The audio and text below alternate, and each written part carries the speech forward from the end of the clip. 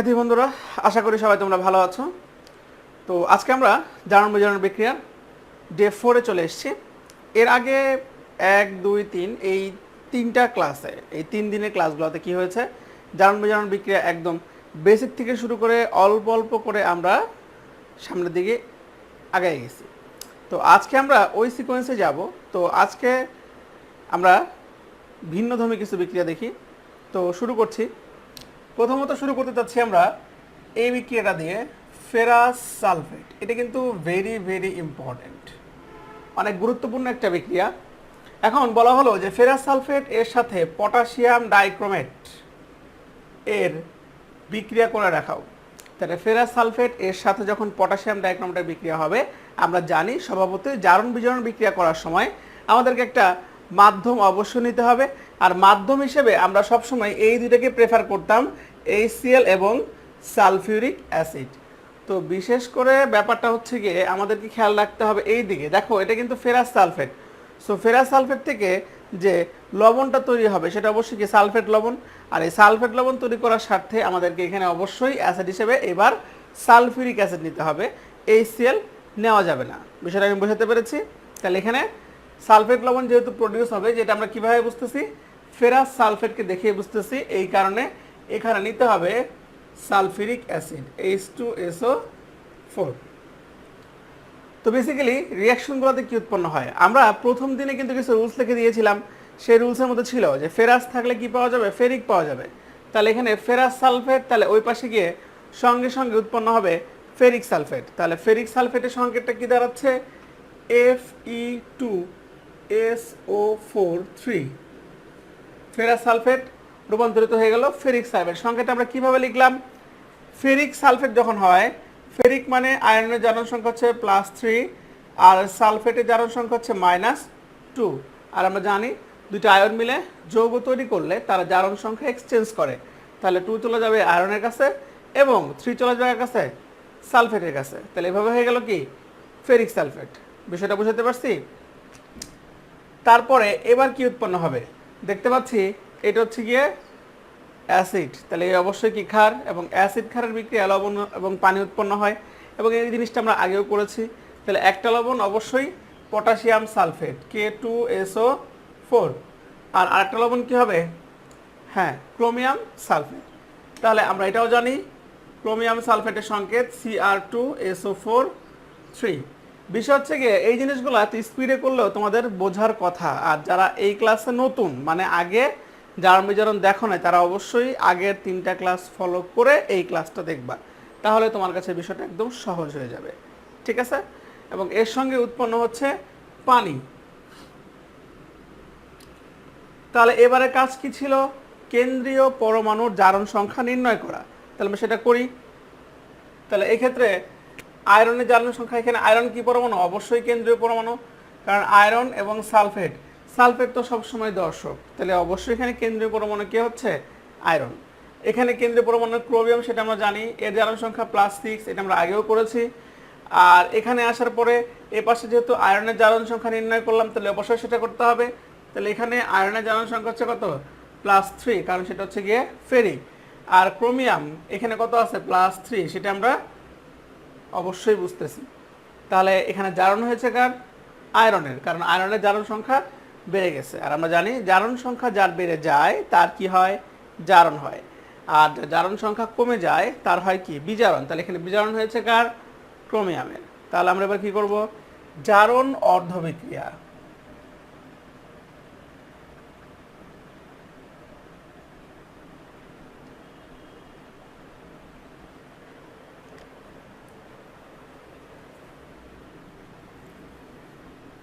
তাহলে আর আমরা জানি যে অর্ধবিক্রিয়া লেখার সময় কি করতে হয়, সবসময় দর্শকায়ন বাদ দিয়ে লিখতে হয়। তাহলে আমরা দর্শকায়ন কি, সালফেট বাদ দিয়ে দিলাম। তাহলে আয়রন 2+, জারণ মানে কি, ইলেকট্রন ছাড়ন। তাহলে ইলেকট্রন ছেড়ে সে কিসে রূপান্তরিত হয়েছে, আয়রন 3+-এ রূপান্তরিত হয়েছে। বিষয়টা বোঝাতে পেরেছি? তাহলে এই হচ্ছে গিয়ে সমীকরণ 1। তারপর হচ্ছে গিয়ে বিজারণ অর্ধবিক্রিয়া।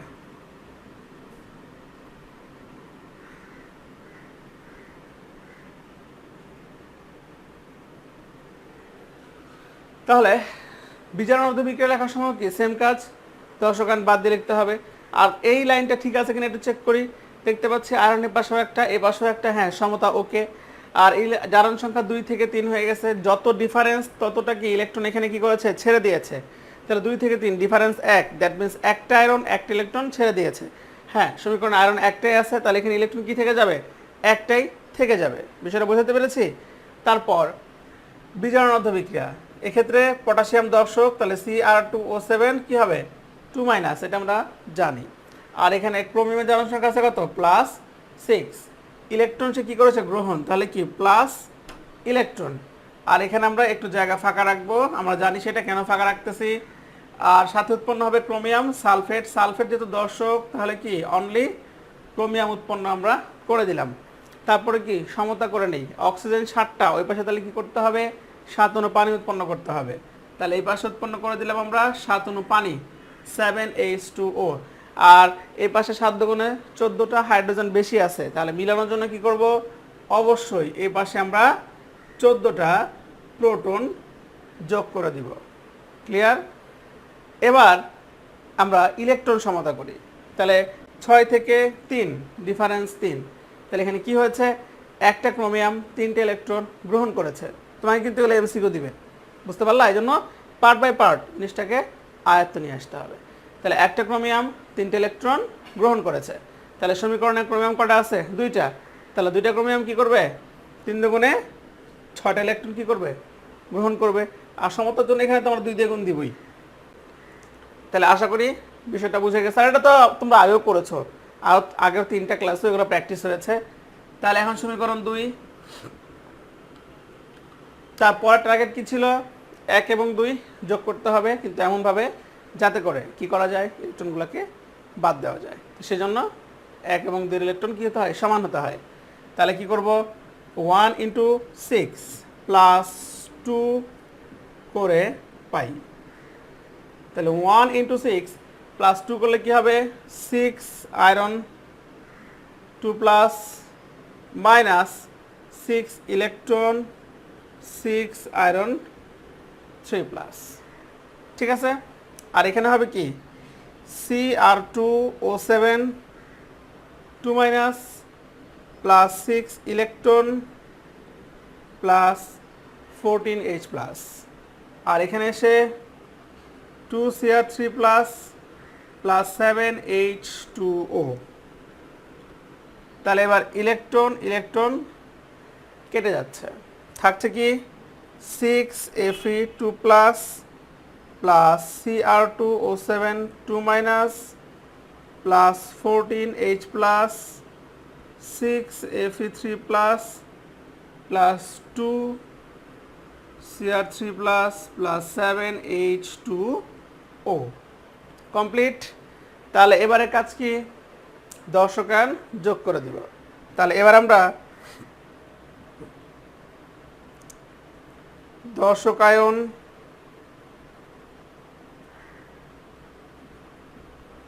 যোগ করে পাই। তো যখন আমরা দর্শকায়ন যোগ করে দিচ্ছি তখন কি হবে, ওই যে স্টাইলটা শিখাই দিয়েছিলাম আমরা, ওই স্টাইলে কি করব, দর্শকায়ন যোগ করে দিব।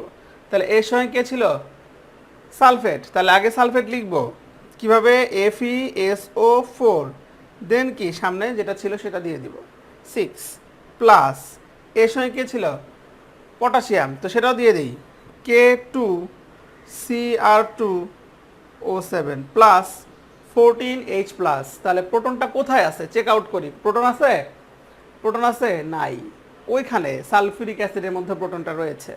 তাহলে এটা করতে হবে কি, সালফিউরিক অ্যাসিড H2SO4। আর প্রোটন কয়টা ছিল, 7 দুগুণে 14। তাহলে এখানে কি করব আমরা, সুন্দর করে 7 দিয়ে গুণ দিয়ে দিব। ক্লিয়ার? তারপর 6Fe3+, এটা কি আকারে আছে, ফেরিক সালফেট। তাহলে আগে সংকেত হবে Fe2SO4 3 হয়ে গেল। এখন দেখতে পাচ্ছি আয়রন কটা আছে, 6টা। তাহলে তুমি এখানে সামনে 6 মিলানোর জন্য যা দেওয়া লাগবে তাই দিবা। ঠিক আছে? জারণ বিজারণ বিক্রিয়াটা এমন টপিক যে ভুল না করলে খুব আরাম হয়ে গেল, কিন্তু অল্প ভুল করলে সেই ভুলটা চোখে না পড়া পর্যন্ত খুব সমস্যা। এই জন্য একটা অ্যাডভাইস মনে রাখবা যে মিলছে না মনে করো, তাহলে ভিতরে চেক করার দরকার নাই, নতুন করে করো, আর চেক করে পেলে তো পেলাই। ঠিক আছে, ওকে। তাহলে এখানে আমরা 3 দিয়ে গুণ দিয়ে দিলাম, 3 দুগুণে 6 প্লাস এবার ক্রোমিয়াম এর সাথে কি রয়েছে দেখতে পাচ্ছি উপরোক্ত বিক্রিয়ায় সালফেট, তাহলে সংকেতটা কি দাঁড়াচ্ছে Cr2SO4 প্লাস 7 অণু পানি 7H2O। আর এত কিছুর মধ্যে বাদ পড়েছে কে, এত কিছুর মধ্যে বাদ পড়েছে পটাশিয়াম সালফেট, তাহলে সেটাকে আমরা নিয়ে চলে আসি K2SO4, তাহলে হয়ে গেল পটাশিয়াম সালফেট। তাহলে এবার আমরা চেক করে দেখি যে আমাদের এই জায়গার কাজগুলা ঠিক আছে কি নাই। তাহলে আয়রন এখানে 6টা, 3 দুগুণে 6, হ্যাঁ আয়রন নিয়ে কোনো সমস্যা নাই। সালফেট তো অ্যাসিডের মধ্যে কি শিখাই দেওয়া হয়েছিল যে অ্যাসিডের মধ্যে যে থাকবে তাকে সবার শেষে কি করতে হয়, সমতা করতে হয়, তাহলে চলে গেল শেষে করব। পটাশিয়াম 2টা, পটাশিয়াম 2টাই দেখতে পাচ্ছি, ক্রোমিয়াম 2টা, হ্যাঁ ক্রোমিয়াম 2টাই দেখতে পাচ্ছি, অক্সিজেন 7টা, এখানে 7টাই, হাইড্রোজেন 7 দুগুণে 14, 7 দুগুণে 14টাই আছে। সালফেট এখানে 7 আর 6, 7 6 কত হলো 13, তাহলে এখানে কটা আছে 3 3 9, 9 আর 3 12 আর 1 13, অল ক্লিয়ার, মিলে গেছে। তাহলে আশা করি বিক্রিয়াটা বুঝতে পেরেছো, এবং আয়রনের এই বিক্রিয়াটা ভেরি ভেরি ইম্পর্টেন্ট, হ্যাঁ আমি জিনিসটা দিয়ে দিছি, খুবই গুরুত্বপূর্ণ একটা বিক্রিয়া। ঠিক আছে, তো শিক্ষার্থী বন্ধুরা একটা ছোট্ট বিষয় বলে দিচ্ছি, এই যে তুমি এই বিক্রিয়াটা কতগুলো কাজ করে শেষে গিয়ে সমতা করছো না, করছো কি না, এইটা মুখে মুখে 30 সেকেন্ডের মধ্যে সমতা করা যায়, সেটা আমি এখন শেখাবো না, তোমরা আরেকটু এক্সপার্ট হও, আরেকটু এক্সপার্ট হওয়ার পরে কি তোমাদেরকে এই মুখে মুখে সমতা শেখাবো, এবং মুখে মুখে সমতাকরণের একটা ক্লাসে দিব যে কীভাবে জারণ বিক্রিয়া মুখে মুখে শর্টকাটে সমতা করা যায়, কারণ এটা আমাদের খুবই প্রয়োজনীয় একটা বিষয় যেটা ম্যাথ করার সময় লাগবে, কারণ জারণ ম্যাথ করার সময়ও বিক্রিয়া সমতা করতে হয়। এখন তুমি ম্যাথ করবা নাকি এত বড় করে বিক্রিয়া সমতা করবা, সো সমতা এইভাবে করার তো সময় নেই, ম্যাথ তো করতে হবে, সো ওই ক্ষেত্রে মুখে মুখে সমতাটা আমি তোমাদের শেখাবো, আগে এই বেসিক ক্লাসগুলো শেষ হোক তারপরে। ঠিক আছে, এখন এই বিক্রিয়ার সাপেক্ষে তোমরা একটা বিক্রিয়া হোমওয়ার্ক নিয়ে নাও, সেটা কি, সেটা হচ্ছে এই যে ফেরাস সালফেটই থাকবে, তুমি জাস্ট এখানে পটাশিয়াম পারম্যাঙ্গানেট, ঠিক আছে, তুমি পটাশিয়াম পারম্যাঙ্গানেট যোগ করে এই বিক্রিয়াটাকে শেষ করবা, এবং অবশ্যই আমাকে হোমওয়ার্ক ইনবক্স করবা, অনেকে ইনবক্স করে, দেখো প্র্যাকটিস মেক্স ম্যান পারফেক্ট, যত প্র্যাকটিস করবা জানুন বিজানা তুমি তত ফ্র্যাঙ্ক হবা, আর ফ্র্যাঙ্ক হতে হবে, কারণ এই টপিকটা খুব ইম্পর্টেন্ট, এবং এখান থেকে প্রশ্ন যাই হবে যতখানি পেঁচানো হবে, তুমি এই বিক্রিয়াগুলোতে তুমি যদি এক্সপার্ট হয়ে যাও কোনো বিষয় না, সেটা যেভাবে পেঁচায় কোশ্চেন করুক না কেন। ঠিক আছে, তাহলে আজকে আমরা নেক্সট বিক্রিয়া চলে যাচ্ছি।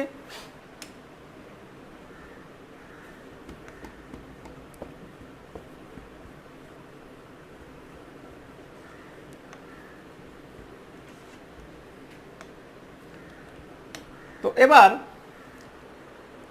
আমরা ফেরাস দিয়ে করছি, আয়রন দিয়ে করছি, তা আয়রন সালফেট দিয়ে করলাম, এবার আমরা ক্লোরাইড দিয়ে করব, এবং এই বিক্রিয়াটার ক্ষেত্রে কিছু বিষয় কিছু টিপস দিব, এটা একটু মনে রাখতে হবে, সেটা এই বিক্রিয়ায় কাজে না লাগলেও তোমার কোনো না কোনো বিক্রিয়ায় কাজে লাগবে। ঠিক আছে, সো খুব সুন্দর করে ফলো করো এবং মনোযোগ দিয়ে ফলো করো।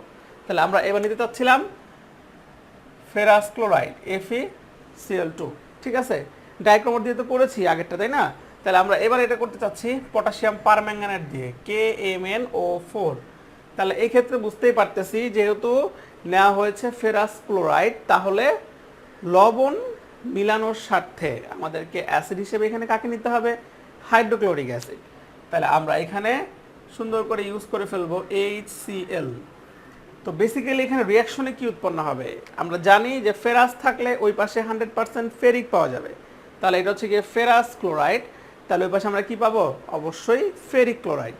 তাহলে এখানে আমরা জানি ফেরিক ক্লোরাইডের সংকেত FeCl3, FeCl3 হচ্ছে গিয়ে ফেরিক ক্লোরাইডের সংকেত, সেটা আমরা বুঝতেছি কারণ আয়রনের জারণ সংখ্যা হচ্ছে গিয়ে কি +3 আর ক্লোরাইডের কি -1, আর দুটো আয়ন মিলে যৌগ তৈরি করলে জারণ সংখ্যা এক্সচেঞ্জ করে। ক্লিয়ার? আচ্ছা, তারপরে এখানে আর কি উৎপন্ন হবে, তাহলে পটাশিয়াম আর ক্লোরিন মিলে কি পটাশিয়াম ক্লোরাইড, তাহলে KCl প্লাস ম্যাঙ্গানিজ এবং ক্লোরাইড মিলে কি হবে ম্যাঙ্গানিজ ক্লোরাইড। চলে আসি ম্যাঙ্গানিজ ক্লোরাইডের সংকেতে। আমাদের তো জানাই ছিল যে ম্যাঙ্গানিজের জারণ সংখ্যা 2টা +7 +2, তাহলে এইখানে আমরা জানি যে ম্যাঙ্গানিজের +7 ইউজ হয়েছে, এটা আমরা বের করতেও পারি এবং গত 3টা ক্লাস ধরে বিষয়টা ক্লিয়ার করেছি। তাহলে ওইখানে হবে কি +2, তাহলে ম্যাঙ্গানিজ ক্লোরাইডের সংকেত কি দাঁড়াচ্ছে MnCl2 প্লাস পানি। তারপরে কি কাজ, অ্যাজ ইউজুয়াল কেন্দ্রীয় পরমাণুর জারণ সংখ্যা বের করো। ঠিক আছে, তাহলে এখানে কেন্দ্রীয় পরমাণুর জারণ সংখ্যা এটা হচ্ছে গিয়ে +2, ওটা তো +7 বের করেছি, আর এটা হবে কি এটা হবে +3, এটা হবে কি আবার +2। তাহলে বিক্রিয়া থেকে দেখতে পাচ্ছি যে আয়রনের জারণ সংখ্যা বেড়ে গিয়েছে, দ্যাট মিনস এখানে আয়রনের কি হয়েছে জারণ, আর ম্যাঙ্গানিজের জারণ সংখ্যা কমে গিয়েছে, তাই সেখানে ম্যাঙ্গানিজের কি হবে বিজারণ। আশা করি বুঝেছো। তাহলে এবার হচ্ছে গিয়ে আমরা যেটা করব জারণ অর্ধ বিক্রিয়া।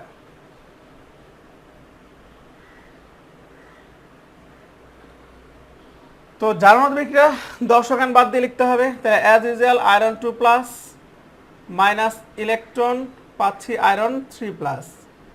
আয়রন এ পাশেও একটা এ পাশেও একটা, কোনো সমস্যা নাই। ইলেকট্রন তাহলে কি হচ্ছে 2 থেকে 3 ডিফারেন্স একটা, ইলেকট্রন একটা, ঠিক আছে কোনো প্রবলেম নাই। তাহলে এটা হচ্ছে গিয়ে সমীকরণ 1।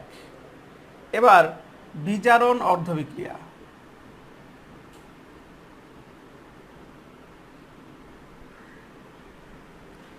তাহলে বিজারণ অর্ধ বিক্রিয়ার ক্ষেত্রে ম্যাঙ্গানিজ MnO4- যেহেতু পটাশিয়াম বাদ দিচ্ছি দর্শক হিসেবে, আর ম্যাঙ্গানিজের জারণ সংখ্যা এখানে কত আছে +7, এটা নিয়ে কোনো সন্দেহ নাই।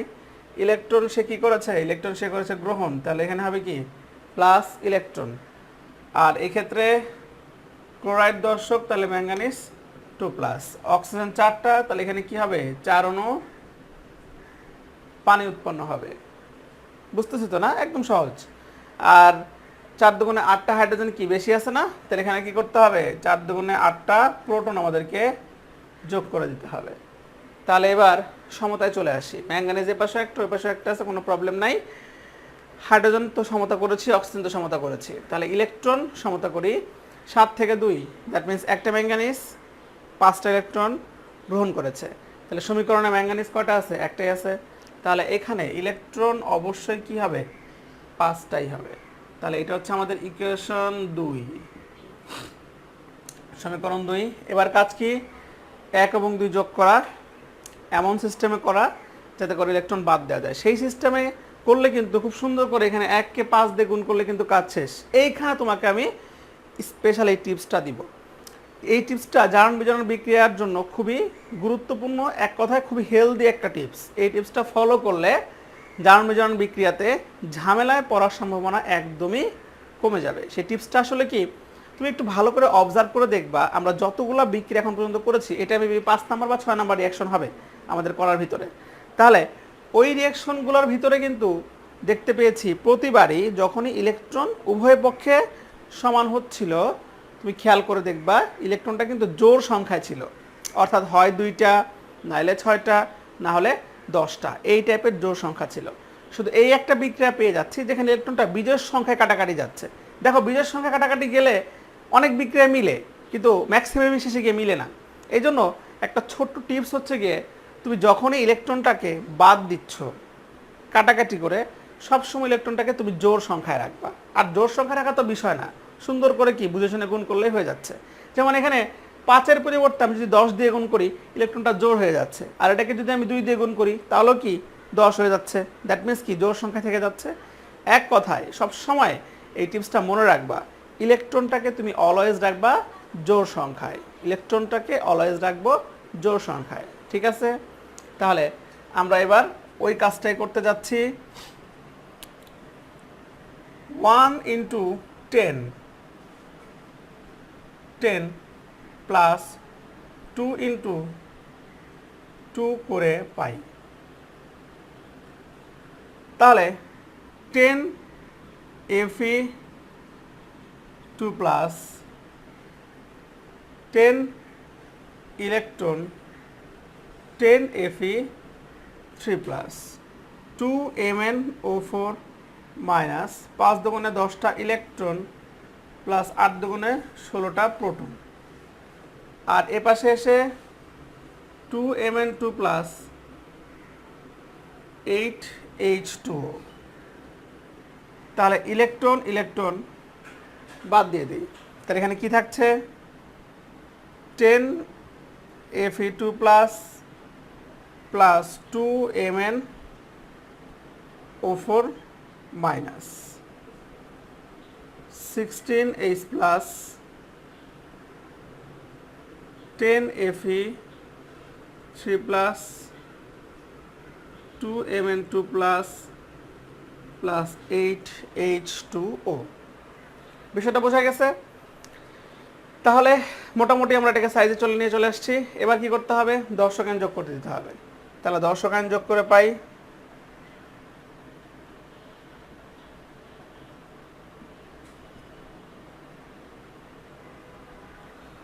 যখন আমরা দর্শকায়ন যোগ করে দিব তখন তো একটা স্টাইল ছিলই, তাই না? তাহলে এর সাথে কি আছে ক্লোরাইড, তাহলে আগে লিখবো FeCl2, তারপরে কি সামনে 10 প্লাস এর সঙ্গে কি ছিল, এর সঙ্গে ছিল পটাশিয়াম। তাহলে কি হবে KMnO4 সামনে কি হবে 2 প্লাস 16H প্লাস। তাহলে এখানে হাইড্রোজেন আছে, এখানে আছে, কোথাও নাই। তাহলে ওই যে HCl এর মধ্যে আছে, তাহলে লিখে ফেলবো আগে HCl, দেন এখানে কি দেব 16, কনসেপ্ট ক্লিয়ার। তারপরে আয়রন 3 প্লাস। তাহলে এ কার সঙ্গে আছে ক্লোরাইড, তাহলে আগে লিখব FeCl3, তারপরে কি সামনে যে 10 সেটা দিয়ে দিলাম, তারপরে Mn2 প্লাস সঙ্গে কি আছে ক্লোরাইড, তাহলে MnCl2 2 প্লাস 8 অণু পানি। তাহলে এত কিছুর মধ্যে আমরা কাকে মিস করেছিলাম, পটাশিয়াম ক্লোরাইডকে আমরা খুব মিস করেছিলাম, সেই মিসটা আমরা পূরণ করে দিই KCl। আশা করি বুঝতে পেরেছ। এবার আমরা একটু দুই পাশে মিলাই নিই, আয়রন 10টা, আয়রন 10টাই আছে, ওকে। ক্লোরাইড অ্যাসিডের ভিতরে সবার শেষ হিসাব করব, পটাশিয়াম 2টা, বাট পটাশিয়াম এখানে একটা। তাহলে কি করতে হবে, এখানে সুন্দর করে 2 দিয়ে গুণ করে দিতে হবে। বিষয়টা বুঝাতে পারছি? দেন 4 দুগুণে 8টা অক্সিজেন, ও ম্যাঙ্গানিজ 2টা, ম্যাঙ্গানিজ 2টাই আছে, অক্সিজেন 8টা, 8টাই আছে, হাইড্রোজেন 16টা, 16টাই আছে। ঠিক আছে, ক্লোরাইড চলে আসি। ক্লোরাইড এখানে 10 দুগুণে 20 আর 16 36, 3 10 30, 2 দুগুণে 4 34 আর 2 36। আশা করি তোমরা বিষয়টা ক্লিয়ারলি বুঝতে পেরেছো। তাহলে আজকের এই টিপসটা তো মনে থাকবে না। আর আকর্ষণটা কি বলেছি, যে আমরা এই বিক্রিয়া শর্টকাটেও সমতা করতে পারবো, তবে সেটা আমরা আস্তে আস্তে শিখবো। ঠিক আছে, তাহলে তোমরা এই বিক্রিয়ার সাপেক্ষে আরেকটা বিক্রিয়া আজকে SW নাও। এতদিন আমি একটা করে বিক্রিয়া হোমওয়ার্ক দিচ্ছি, এখন 2টা করে বিক্রিয়া দিচ্ছি। ঠিক আছে, সেটা কিছুই না, এই সবই ঠিক থাকবে। তুমি এখানে পটাশিয়াম পারম্যাঙ্গানেটের পরিবর্তে রিঅ্যাকশনটাকে আমাকে করে দেখাবা পটাশিয়াম কি দিয়ে, ডাইক্রোমেট দিয়ে। এটা তোমার হোমওয়ার্ক থাকবে। ঠিক আছে, তাহলে আশা করি আজকের বিষয়গুলো তোমাদের ক্লিয়ার হয়ে গেছে। নেক্সট ক্লাসে আমরা নতুন আরও 3টা বিক্রিয়া নিয়ে তোমাদের সামনে আসব এবং ওগুলা ক্লিয়ার করব। ঠিক আছে, এবং ওইটা হবে আমাদের ফাইনাল ক্লাস। ওকে, সে পর্যন্ত ভালো থাকো, সুস্থ থাকো, এবং আমার জন্য সবাই দোয়া রাখবা যেন সুস্থ থাকি এবং তোমাদের সামনে সুস্থ হয়ে আসতে পারি। আল্লাহ হাফেজ।